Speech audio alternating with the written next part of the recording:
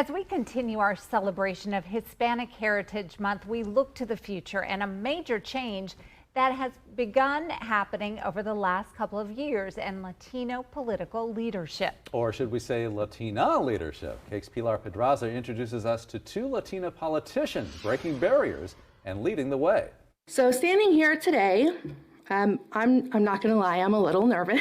When Sarah Lopez took the oath of office as a Sedgwick County Commissioner last year, she also added another title to her name: first Hispanic woman, or Latina, on the commission. I just really thought that we, in our community, especially in the 2nd District, deserve someone who truly represented the people in that community.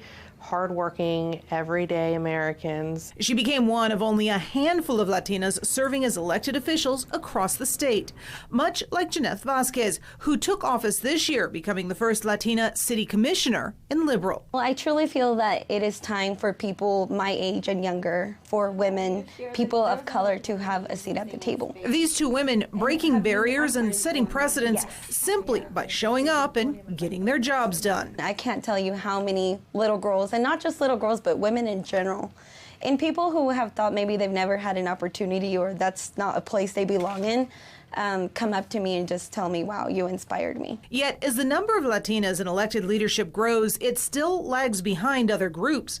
Comparing the National Association of Latino elected officials count from last year to those in office now, we found just 8 women of Hispanic descent serving their communities this way. This at a time when Hispanics are the largest minority in Kansas, making up almost 19% of the overall population. I mean, we're the largest minority group of any of them right now, and we just haven't been represented in the way we need to be. Which is why Lopez and Vasquez both feel it's important to serve as mentors to the next round of men and women considering a run for office.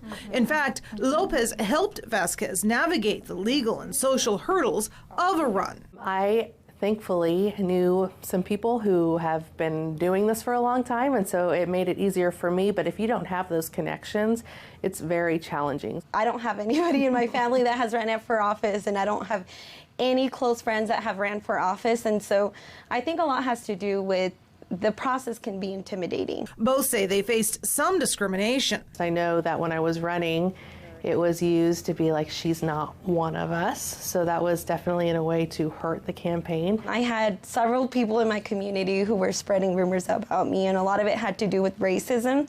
And so it really discouraged me. But decided not to let that stop them. What's it feel like to have that first attached to your name? It makes me emotional. It really makes me emotional. And I'm just so honored to have this opportunity. When you think about that word first, were you thinking about that when you were running? Not really. I was trying not to anyway, because I think that comes with a lot of pressure that you put on yourself as the first.